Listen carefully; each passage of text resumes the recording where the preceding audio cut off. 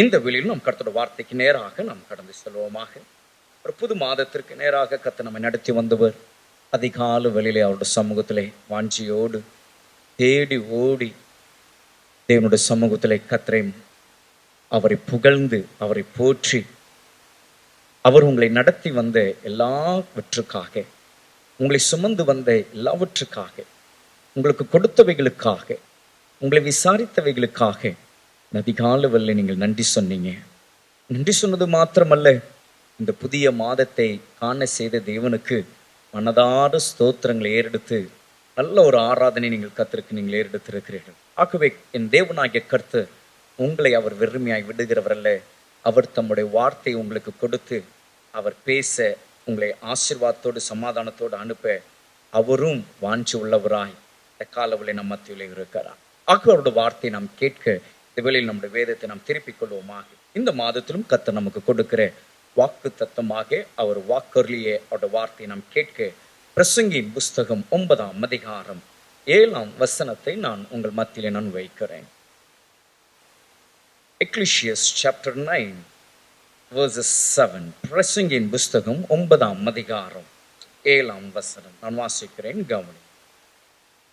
நீ போய் உன் ஆகாரத்தை சந்தோஷத்துடனே புசித்து உன் திராட்சை ரசத்தை மன மகிழ்ச்சியுடன் குடி.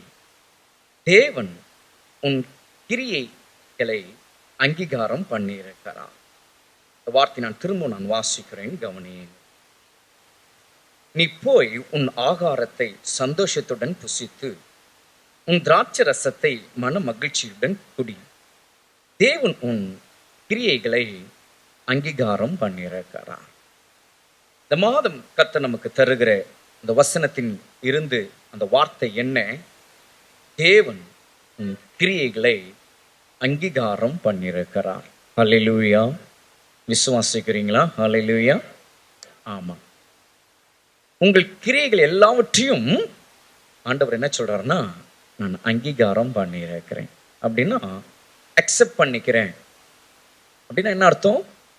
நீங்க எதை செய்றீங்களோ இந்த மாதத்துல அது எல்லாம் என் ஆண்டவர் ரிஜெக்ட் பண்ணல, எல்லாவற்றையுமே அவர் என்ன செய்யறாராம்?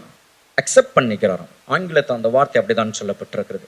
அங்கீகாரம் என்ற அந்த வார்த்தைக்கு அக்செப்ட் என்று சொல்லப்படுகிறது. அப்ப இந்த மாதத்துல அவருடைய பிள்ளைகளாக்கிய நீங்கள் என்னென்ன காரியங்கள் உங்கள் குடும்பத்திற்காக, உங்கள் தனிப்பட்ட வாழ்க்கைக்காக, சபைக்காக நீங்கள் என்ன பிரயாசம் எடுக்கிறீங்களோ, இல்லாவிட்டால் நீங்கள் என்ன செய்ய இருக்கிறீங்களோ, என்ன செய்ய போறீங்களோ, உங்களோட மனதில் அதை எவைகளெல்லாம் நீங்கள் யோசித்து வைத்திருக்கிறீங்களோ, திட்டம் பண்ணி வச்சிருக்கிறீங்களோ, யோசித்து வைத்திருக்கிறீங்களோ, சிந்திச்சு வச்சிருக்கிறீங்களோ, அது எல்லாம் நீங்கள் செயல்படுத்துகிற ஒவ்வொரு கிரியைகளையும் ஆண்டவர் என்ன சொல்றாருன்னா, நான் அங்கீகாரம் பண்ணி இருக்கிறேன் அப்படின்னு சொல்றார். அவர் அங்கீகாரம் பண்ணி இருக்கிறாராம். அப்போ இந்த மாதத்துல நீங்கள் ஒன்றை நீங்கள் அறிந்து கொள்ள வேண்டும். இந்த காரியத்தை நாம் செய்யலாமா, இதை செய்யக்கூடாதா, இங்க போகலாமா, போகக்கூடாதா, எடுக்கலாமா, இப்படி ஒரு டவுட்டோட, ஒரு சந்தேகத்தோடு ஒவ்வொரு நாளும் நீங்கள் என்ன செய்யக்கூடாது? போகக்கூடாது. இந்த மாதத்தை தொடங்கி இருக்கிறீங்க, ஆண்டவர் உங்களுக்கு வாக்கு பண்ணியிருக்கிறார், உன் கிரியைகளை அங்கீகாரம் பண்ணியிருக்கிறேன்.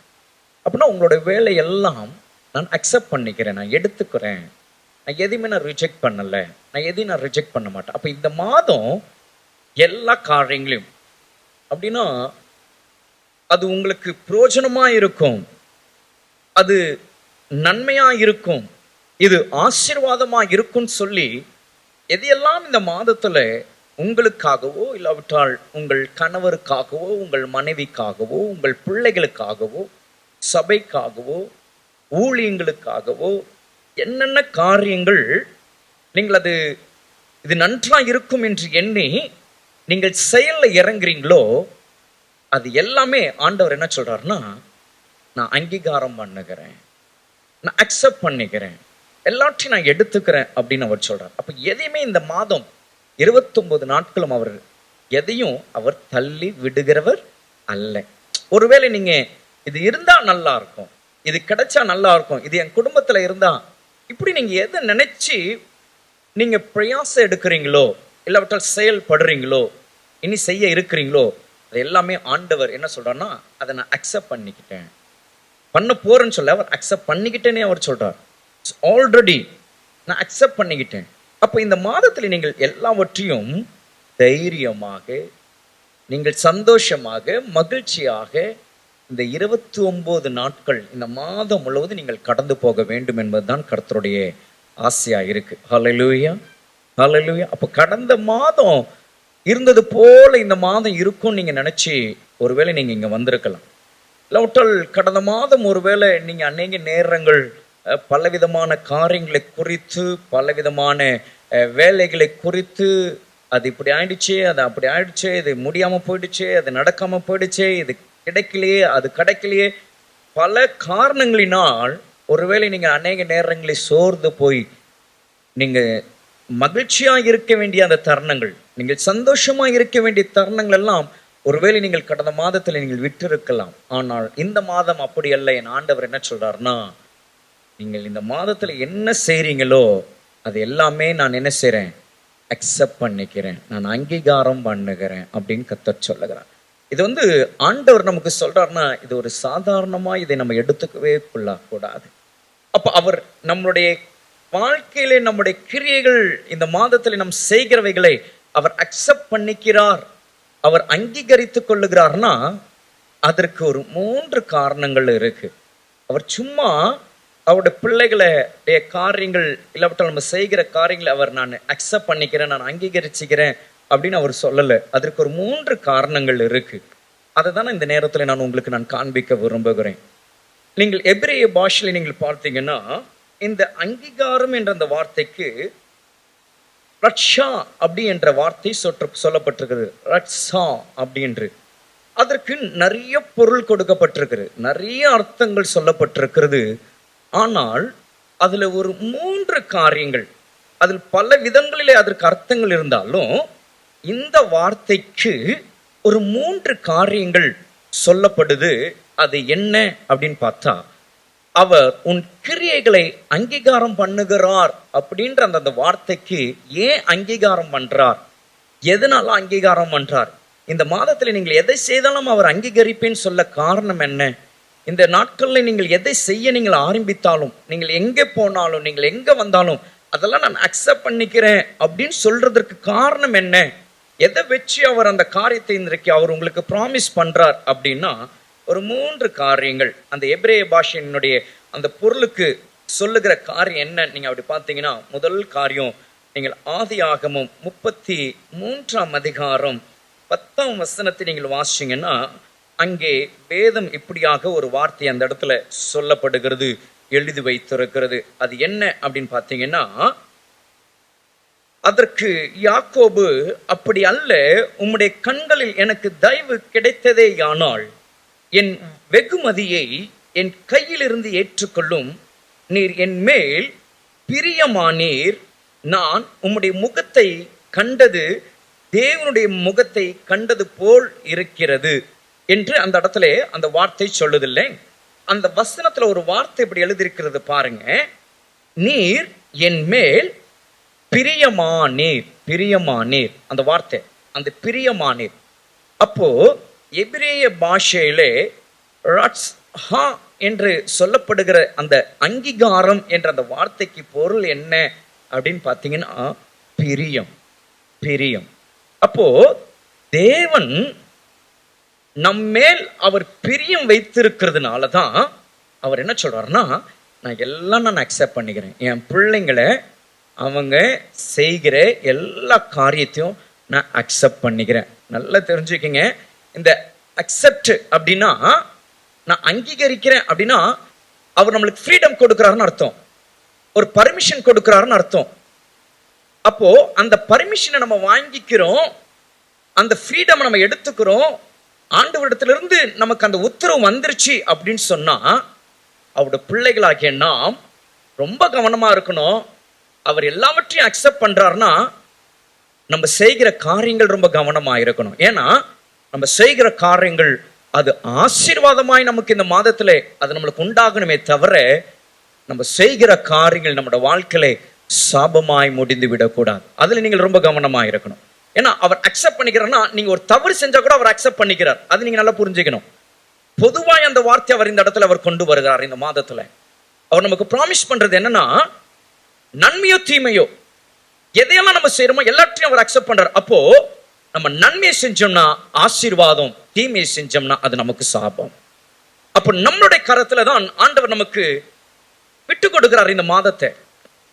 You live as you like. You live as you want. You live what you like. நீ எப்படி விரும்புகிறாயோ நீ அப்படி இரு. நீ எதை நினைக்கிறாயோ நீ அப்படி இரு. அப்படி நமக்கு எல்லாவற்றையும் ஃப்ரீடம் கொடுத்துட்டு, நீ செய்கிறது எல்லாவற்றையும் நான் எடுத்துக்கிறேன், அங்கீகரிக்கிறேன் அப்படின்னு சொல்ற அந்த காரியத்தை நம்ம ரொம்ப யோசிக்கணும். அப்ப அவருடைய பிள்ளைகள் நம்ம இந்த மாதத்துல செய்கிற ஒவ்வொரு காரியத்திற்கும் நம் பலனை அனுபவிப்போம் என்பதை நீங்கள் மறந்து போகக்கூடாது. ஹல்லேலூயா, ஹல்லேலூயா. அப்ப நம்ம எதை நம்ம கிரியையிலே நாம் செய்கிறோமோ அது கர்த்தருடைய பார்வையிலே உகந்ததா இருக்குமானால், உங்கள் குடும்பத்திற்காக, உங்கள் தனிப்பட்ட வாழ்க்கைக்காக, சபைக்காக அது கர்த்தருடைய பார்வையிலே உகந்ததா இருந்தா அது உங்களுக்கு ஆசீர்வாதம். ஆனால் அதே கிரியை நீங்கள் தீமையாக நீங்கள் செய்வீர்கள் என்றால் அதையும் ஆண்டவர் அங்கீகரிக்கிறார். ஆனால் அதனுடைய பலன் உங்களுடைய வாழ்விலே அது சாபமாய் முடியும். ஆகவே இதில் நீங்கள் கவனமாய் இருக்க வேண்டும். ஆகவே நாம் செய்கிற கிரியைகள் இந்த மாதத்துல கர்த்தர் அங்கீகரிக்கிறாராம். அப்போ ஏன்? அவர் பிரியமாய் இருக்கிறபடியினால். சரி, இரண்டாவது ஒரு காரியம் அவர் அங்கீகரிக்க காரணம் என்ன அப்படின்னு நீங்க பாத்தீங்கன்னா, 1 நாளாகமம் 29ஆம் அதிகாரம் 3ஆம் வசனத்தை நீங்க வாசிச்சு பாருங்க. அங்கே ஒரு வசனத்திலே ஒரு சம்பவம் நடக்குது. அதுல இந்த வசனத்தை நம்ம இப்படியாக நம்ம வாசிக்கிறோம். இன்னும் என் தேவனுடைய ஆலயத்தின் மேல் நான் வைத்திருக்கிற வாஞ்சையினால் பரிசுத்த ஆலயத்திற்காக நான் சவதரித்த அனைத்தையும் தவிர எனக்கு சொந்தமான பொன்னையும் வெள்ளியையும் என் தேவனுடைய ஆலயத்திற்கென்று கொடுக்கிறேன். இந்த வசனத்துல ஒரு வார்த்தை இந்த இடத்துல எழுதப்பட்டிருக்கிறதை நம்ம கவனிக்க வேண்டும். அது என்ன? நான் வைத்திருக்கிற வாஞ்சை. நான் வைத்திருக்கிற வாஞ்சை. அப்போ அவர் அங்கீகரிக்கிறார் என்று பிரசங்கி சொல்ல காரணம், அந்த அங்கீகரிப்புக்கு எபிரேய பாஷையில சொல்லப்படுகிறதான அர்த்தம் என்ன அப்படின்னா, எதை கொண்டு அவர் நம்மளை அங்கீகரிக்கிறாரா? அவர் நம்மேல் வைத்திருக்கிற வாஞ்சையினால். அல்லேலூயா. ஒன்று நம்ம என்ன பார்த்தோம்? அவர் நம்மேல் வைத்த பிரியம். இரண்டாவது, அவர் நம்மேல் வைத்திருக்கிற வாஞ்சை. அவர் உங்கள் ஒவ்வொரு மேலும் அவர் வாஞ்சையாக இருக்கிறார். மகனே, மகளே, தகப்பனே, தாயே, சகோதரா, சகோதரி, இந்த வார்த்தையை கேட்டுக்கொண்டிருக்கிற கர்த்தருடைய பிள்ளைகளே, நீங்கள் யாராயிருந்தாலும் என் ஆண்டவர் உங்களை பார்த்து அவர் சொல்லுகிறார், அவர் உங்கள் மேல் அவர் வாஞ்சியா இருக்கிறேன் என்று. அவர் உங்கள் மேல் வாஞ்சியா இருக்கிறாராம். அதனாலதான் அவர் சொல்றாரு, நீங்க எதெல்லாம் நீங்க செய்றீங்களோ உங்களுடைய கிரைகளை நான் என்ன செய்யறேன்? அங்கீகரிக்கிறேன் அப்படின்னு. அப்போ உங்கள் மேல் வாஞ்சியா இருக்கிறவர் உங்களுக்கு இந்த மாதத்தை ஃப்ரீடமா உங்களுக்கு கொடுக்கிறார்னா, ஏதேன் தோட்டத்துல எல்லா கன்னிகளும் இருக்கும்போது தொடக்கூடாதுன்னு ஒரு கன்னியை நடுவில் வச்சிருந்தாரு. அதே போலதான் இந்த உலகத்துல எல்லாவற்றையும் நம்முடைய கண்களுக்கு முன்பாக வைத்திருக்கிறார். இதுல அனுபவிக்க கூடியதும் இருக்கு, அனுபவிக்க கூடாததும் இருக்கு. எடுத்துக்கொள்ள கூடுதும் இருக்கிறது, எடுத்துக்கொள்ள கூடாததும் இருக்கிறது. அனுபவிக்கிறதும் இருக்கிறது, அனுபவிக்க கூடாததும். இப்படி இந்த உலகத்துல எல்லாம் இருக்கும்போது ஆண்டவர் இந்த மாதத்துல அவர் சொல்லுகிறார், நீ செய்கிற கிரியைகளை நான் அக்செப்ட் பண்ணிக்கிறேன், அங்கீகரிக்கிறேன்னு சொல்லும் போது நமக்கு முன்பாக இந்த உலகத்தில் இருக்கிற காரியங்களை நாம் எதை அனுபவிக்க போகிறோம்? உங்களுக்காக, உங்கள் குடும்பத்திற்காக, சபைக்காக நீங்கள் ஆசீர்வாதமாய் இருக்க நீங்கள் எதை நீங்கள் அனுபவிக்க போகிறீர்கள்? எதை இந்த மாதத்தில் நீங்கள் எடுத்துக்கொள்ள போகிறீர்கள்? அதை உங்களுடைய கரத்துல கர்த்தர் வைக்கிறார். ஏனென்றால் நீங்கள் செய்கிற கிரியைகளினாலே இந்த 29 நாட்களும் கர்த்தர் உங்களை ஆசீர்வதிக்கும்படியாக இருக்கிறார். ஹல்லேலூயா. நீங்கள் செய்கிற காரியத்துல தான் உங்களுக்கு ஆசீர்வாதம் இருக்கு. அப்போ நீங்கள் எப்படி நீங்கள் இருக்கிறீங்களோ அதனாலதான் அதன் மூலம்தான் அந்த ஆசீர்வாதத்தை நீங்கள் பார்க்க முடியும். ஏன்? அவர் உங்கள் மேல் வாஞ்சியாயிருக்கிறபடினால். மூன்றாவதாக ஒரு காரியத்தை நான் உங்களுக்கு சொல்லி நான் செபிக்க நான் விரும்புகிறேன்.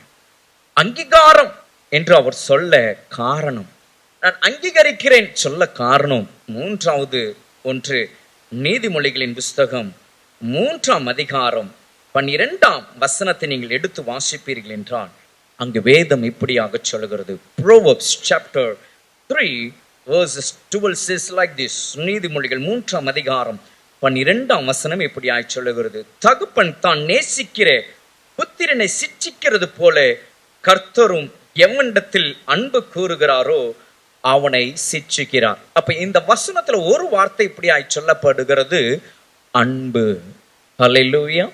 அப்ப அவர் உங்கள் மேல் அன்பாய் இருக்கிறாரா? உங்கள் மேல் அவர் அன்பாய் இருக்கிறார். முதல் காரியத்தை நம்ம பார்த்தோம், அவர் உங்கள் மேல் பிரியமாயிருக்கிறார். இரண்டாவது, அவர் உங்கள் மேல் வாஞ்சியாயிருக்கிறார். மூன்றாவது, அவர் உங்கள் மேல் எப்படியா இருக்கிறார்? அன்பாயிருக்கிறார். என் அன்புக்குரிய தேவனுடைய சின்னமே, நீங்களும் நானும் அண்டிக் கொண்டிருக்கிற சர்வ வல்லமுள்ள தேவனாகிய கர்த்தர், அவர் நாம் எப்படி நாம் பார்க்கணும்னா, அவர் என் மேல் அன்பு கொண்டவர், அவர் என் மேல் அன்பு வைத்திருக்கிறவர் என்பதை நாம் அப்படியாக நாம் அவரை பார்க்க வேண்டும். வேதம் அப்படிதான் சொல்லுகிறது. ஆகவே நாம் ஆராதிக்கிற தேவனை நாம் சாதாரணமாய் நாம் நினைத்து விடக்கூடாது, சாதாரணமாய் நாம் அவரை பார்க்க கூடாது. அவர் அப்படிப்பட்டவர் அல்ல. அவர் அன்பு கொண்டவர், அன்புள்ளவர். அவர் உங்கள் ஒவ்வொரு மேலும் அவர் அன்பாயிருக்கிறார். அவர் உங்கள் ஒவ்வொருவரையும் அவர் நேசிக்கிறார். இந்த வார்த்தையை கேட்டுக்கொண்டிருக்கிற தேவனுடைய சனமே, அவர் உங்களை நேசிக்கிறார். இதுவரையிலும் கடந்த மாதம் முழுவதும் நீங்கள் எப்படியோ நீங்கள் வாழ்ந்திருக்கலாம். ஏதோ நீங்கள் நினைத்து, ஏதோ உங்களுடைய ஒரு வாழ்க்கை நீங்கள் கடந்த மாதம் முழுவதும் நீங்கள் வாழ்ந்து கடந்து வந்திருக்கலாம். ஆனால் இந்த மாதம் நீங்கள் உங்களுடைய வாழ்க்கையில ஆசீர்வாதங்களை நீங்கள் அனுபவிக்க இதோ அவர் சொல்லுகிறார், உன் கிரியைகளை நான் என்ன செய்கிறேன்? அங்கீகாரம் பண்ணுகிறேன். அவர் அங்கீகாரம் பண்ணுகிறாராம், அக்செப்ட் பண்ணுகிறாராம். அப்போ நம்முடைய பாதை எது என்று நாம் அறிந்து, வேதம் சொல்லுகிறது அல்லவா, நாம் எதை விதைக்கிறோமோ அதையே நாம் அறுப்போம். இந்த மாதம் நல்ல விதையை நீங்க விதைச்சிங்கன்னா நல்ல அறுவடைய நீங்க உங்களுடைய வாழ்க்கையில நீங்கள் பார்ப்பீங்க, உங்க குடும்பத்துல பார்ப்பீங்க, வேலையில பார்ப்பீங்க, நீங்க கையில வாங்குற வருமானத்துல பார்ப்பீங்க. ஆனால் அதே விதைய, ஒருவேளை அந்த விதை தீமையா இருக்குமானால் அதை நான் சொல்ல நான் விரும்பவில்லை. ஏனென்றால் மாதத்தின் முதல் தேதி கர்த்தருடைய சமூகத்தில் வந்திருக்கிறோம்.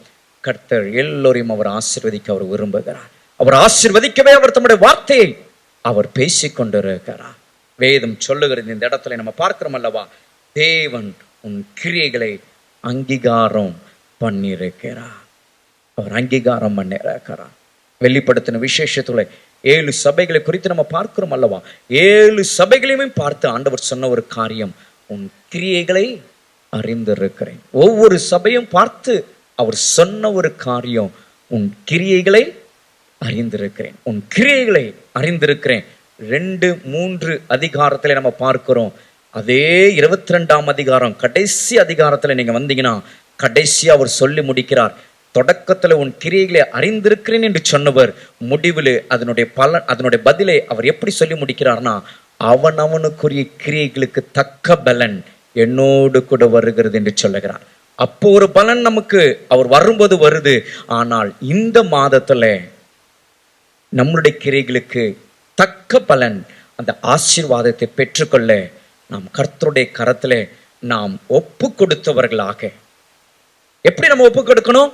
அவர் என் மேல் பிரியமாயிருக்கிறார், அவர் என் மேல் வாஞ்சியாயிருக்கிறார், அவர் என் மேல் அன்பாயிருக்கிறார்.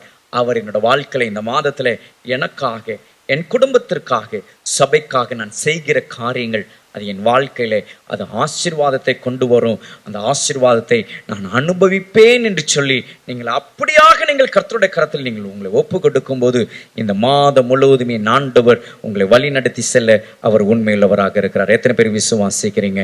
ஆகவே இந்த மாதத்தில் நீங்கள் எதை குறித்து நீங்கள் கவலைப்பட வேண்டாம், இல்லை என்று நீங்கள் கலங்க வேண்டாம், பாரம் என்று நீங்கள் சோர்ந்து போக வேண்டாம். வேதனை குறித்து, இல்லாவிட்டால் துன்பத்தை குறித்து, பாடுகளை குறித்து, போராட்டங்களை குறித்து, அவமானங்களை குறித்து, கடந்த மாதத்தை குறித்து நீங்கள் இந்த மாதம் நீங்கள் நினைக்க வேண்டாம். இந்த மாதத்தை புதிய இருதயத்தோடு கூட, புதிய சிந்தையோடு கூடிய, புதிய மனதோடு கூடிய, புதிய உள்ளத்தோடு கூட இந்த வார்த்தைகளை கேட்டுக்கொண்டு இருக்கிற நீங்க இந்த மாதத்தை தொடங்குங்க. கர்த்தர் உங்களோடு கூட இருக்கிறார். அவர் உங்களோட கிரியைகள் எல்லாம் அவர் அங்கீகாரம் இருக்கிறார். ஹல்லேலூயா, ஹல்லேலூயா. இதை செஞ்ச ஆண்டவர் ஆசீர்வதிப்பாரா? இது இப்படி இருந்தா நன்றா இருக்குமா, இது வந்தா எனக்கு நன்மை வருமா அப்படி நீங்க நினைக்காம உங்களுடைய காரியங்களை கர்த்தருடைய பார்வையில் உகந்ததாய் நீங்கள் செய்யுங்க. எல்லாவற்றுமே தேவனாகிய கர்த்தர் உங்களை ஆசீர்வதிப்பாராக. ஹல்லேலூயா.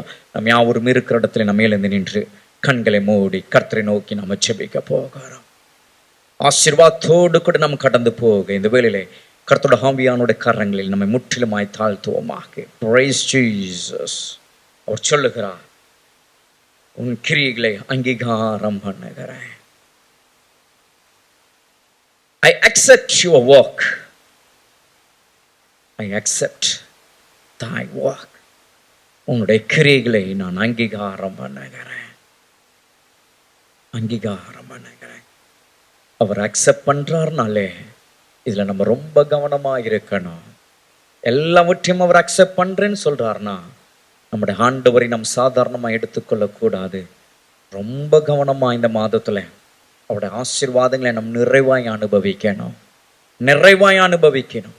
அவருடைய ஆசீர்வாதங்களை தேவன் நமக்கு முன்னாக வைத்திருக்கிறார். பலவீனத்திற்கு நாம் இடம் கொடாதபடிக்கு, பாவத்திற்கு நாம் இடம் கொடாதபடிக்கு கர்த்தருடைய சமூகத்தில் இந்த மாதத்துல பரிசுத்தமாய் நாம் பிரவேசித்து இந்த மாதம் முழுவதும் அவருடைய ஆசீர்வாதங்களை, நம்மேல் பிரியமாய் இருக்கிறவர், நம்மேல் வாஞ்சியாய் இருக்கிறவர், நம்மேல் அன்பாய் இருக்கிற தேவனிடத்தில் இருந்து நாம் செய்கிற ஒவ்வொரு காரியங்களின்படியாய் அவர் நம்மளை ஆசீர்வதிக்க அவருடைய கரத்தில் நம்ம ஒப்பு கொடுப்போம். கர்த்தர் நம்மை சமாதானத்தோடு கூட கர்த்தர் நம்மை நடத்துவாராக. ஹல்லேலூயா. கர்த்தரை நாம் இந்த வார்த்தைகளுக்காக நாம் ஸ்தோத்தரிப்போமாக. இந்த வார்த்தையை தேவன் நமக்கு இந்த மாதம் வாக்கு தத்தமாக கர்த்தர் கொடுத்திருக்கிறார்.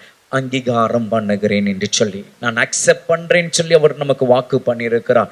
வாக்கு பண்ணினவர், அவர் வாக்கு மாறாதவர், அவர் உண்மை உள்ளவர். ஆகவே வார்த்தை தவறாத தேவன். இந்த வார்த்தை தேவன் நமக்கு கொடுத்தபடியினாலே நம்முடைய கரங்களை தட்டி நம்முடைய பரலோக தேவனுக்கு மனதார நாம் நன்றி சொல்லுவோமாக. ஹல்லேலூயா. அந்த பெரியவர், அந்த பரிசுத்தர், அந்த நல்லவர், அந்த வல்லவர் இந்த இரண்டாவது மாதத்தை அவர் உங்களுக்கு காண செய்திருக்கிறார். இந்த இரண்டாவது மாதத்துல பிரவைக்க செய்திருக்கிறார். காரணம், அவர் உங்கள் மேல் பிரியமாய் இருக்கிறபடினாலே, உங்கள் மேல் அவர் வாஞ்சாய் இருக்கிறபடினால், அவர் உங்கள் மேல் அன்பாய் இருக்கிறபடினாலே இந்த மாதத்துல நீங்கள் எதையெல்லாம் நீங்கள் செய்கிறீர்களோ, எங்கெல்லாம் நீங்கள் போகிறீர்களோ, எங்கெல்லாம் நீங்கள் இருக்கிறீர்களோ, அங்கெல்லாம் என் தேவனாகிய கர்த்தர் எல்லாவற்றையும் அவர் அங்கீகரிக்கிறார். உங்கள் நிமித்தம், உங்களுக்காக யாவையும் அவர் செய்து முடிக்க அவர் அங்கீகரித்து உங்களை அங்கே அவர் ஆசீர்வாதமாய் வைக்கிறார். உங்களுடைய வேலை இடத்துல கர்த்தர் உங்களை ஆசீர்வாதமாய் கர்த்தர் வைக்கிறார். உங்களுடைய வேலை இடத்துல, உங்கள் குடும்பத்துல, எல்லாவற்றிலும் என் தேவன் உங்களை ஆசீர்வாதமாக வைத்து சம்பூர்ணமாய் அவர் உங்களை வழி நடத்துவாராக. இந்த வார்த்தைகளின்படி தேவனாகிய கர்த்தர் உங்களை தொடர்ந்து சமாதானத்தோடு அனுப்புவாராக. பரலோக பிதாவே, ஆசீர்வாதமான மனமகிழ்ச்சியான இந்த ஒரு புதிய மாதத்திற்காக நாங்கள் நன்றி செலுத்துகிறோம். நம்முடைய சமூகத்தில் நாங்கள் கடந்து வரவும், எங்கள் தேவனாகிய கர்த்தருடைய சமூகத்தில் உம்மை நாங்கள் ஆராதிக்க, உமக்கு நாங்கள் நன்றி சொல்ல, நன்றி பலி செலுத்த, ஸ்தோத்திர பலிகளை நாங்கள் ஏறெடுக்க கர்த்தர் தந்த இந்த நல்ல ஆராதனைக்காக ஸ்தோத்திரம். இந்த வருடத்தினுடைய இந்த இரண்டாவது மாதம் முதல் நாளுக்காக ஸ்தோத்திரம் சுவாமி. ஆண்டவர், உம்முடைய அதிகால வேளையிலே உம்முடைய பாதத்திலே நாங்கள் கடந்து வரவும், உம்முடைய நாமத்தை நாங்கள் மகிமைப்படுத்தவும், ஆண்டவரே உம்முடைய வார்த்தையை நாங்கள் கேட்கவும், எங்களுக்கு உம்முடைய பிரசன்னத்தால் நீர் எங்களை வழி நடத்தினதற்காக ஸ்தோத்திரம். உம்முடைய மகிமைக்குள்ளாக நாங்கள் இருக்க, உம்முடைய மகிமையினால் நீர் எங்களை நடத்தினதற்காக ஸ்தோத்திரம். விசேஷமாக உம்முடைய மக்களுக்காக நான் ஜெபிக்கிறேன். நம்முடைய பிள்ளைகள் ஒவ்வொருவரையும் ஆசீர்வதி. இந்த நாளில் இந்த அதிகாலையில் உம்முடைய சமூகத்துல வாஞ்சியோடு உம்மேல் பிரியம் வைத்து, உம்மேல் அன்பாய் இது உம்முடைய பாதத்துல கடந்து வந்து உம்மை ஆராதித்து உம்முடைய வார்த்தைகளை கேட்டு உம்முடைய பிள்ளைகள் ஒவ்வொருவரையும் நீர் ஆசீர்வதிப்பீரா. அவருடைய வேலைகளை கர்த்தர் நீர் ஆசீர்வதியும். படிக்கிற பிள்ளைகள் மேல் நம்முடைய கரம் கூட இருக்கட்டும். என் தேவனாகிய கர்த்தர் தாமே அவருடைய பொருளாதாரங்களை நீர் ஆசீர்வதியும். குடும்பத்தை நீர் ஆசீர்வதிப்பீராக.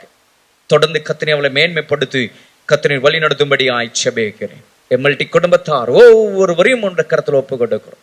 இந்த மாதம் முழுவதும் நம்முடைய வார்த்தையின்படியாக நம்முடைய பிள்ளைகளுடைய பிரயாசத்திலே அவருடைய காரியங்களே என் தேவனாகிய கர்த்தருடைய ஆசீர்வாதம் அவர்கள் காணும்படி அந்த ஆசீர்வாதங்களை சுதந்திரித்துக் கொள்ளும்படி கர்த்தர் நடத்துவீராக. எல்லாவற்றும் கருத்துல ஒப்பு கொடுக்கிறோம். தொடர்ந்து நாம மகிமைப்படுத்தும். சமாதானத்தோடு கூட நீர் அனுப்புவீராக. பெரிய காரியங்களை கர்த்தர் செய்யுங்க. இயேசுவின் நாமத்தில் இந்த பரிசுத்த ஆராதனை நாங்கள் ஏறெடுக்கிறோம். பரிசுத்தமுள்ள எங்கள் அன்பின் பரலோக பிதாவே, ஆமென், ஆமென். நம்முடைய பிதாவாகிய தேவனுடைய அன்பும் கர்த்தராகிய இயேசு கிறிஸ்துவின் கிருபையும் பரிசுத்த ஆவியானவருடைய அந்யோன்யமும் சமாதான வழி நடத்துதல் இன்றும் என்றும் சதா காலம் நம் அனைவரோடு கூட என்றும் தங்கியிருப்பதாக. ஆமென், ஆமென். கர்த்தர் உங்களை ஆசீர்வதித்து உங்களை காக்க கடவர். கர்த்தர் தம்முடைய முகத்தை உங்கள் மேல் பிரகாசிக்க பண்ணி உங்கள் மேல் கிருபையாயிருக்க கடவர். கர்த்தர் தம்முடைய முகத்தை உங்கள் மேல் பிரசன்னமாக்கி உங்களுக்கு சமாதானம் கட்டளிட கடவர். சேர்ந்து சொல்லுவோம். என் ஆத்துமாவே கர்த்தரை ஸ்தோத்திரி, என் முழு உலகினோட பரிசுத்த நாமத்தை ஸ்தோத்திரி. என் ஆத்துமாவே கர்த்தரை ஸ்தோத்திரி, கர்த்தர் செய்த சகல உபகாரங்களை மறவாதே. ஆமென், ஆமென். God bless you. கர்த்தர் உங்களை ஒவ்வொருவரையும் ஆசீர்வதிப்பாராக. உங்கள் ஒவ்வொருவருக்கும் ஷல்லோம்.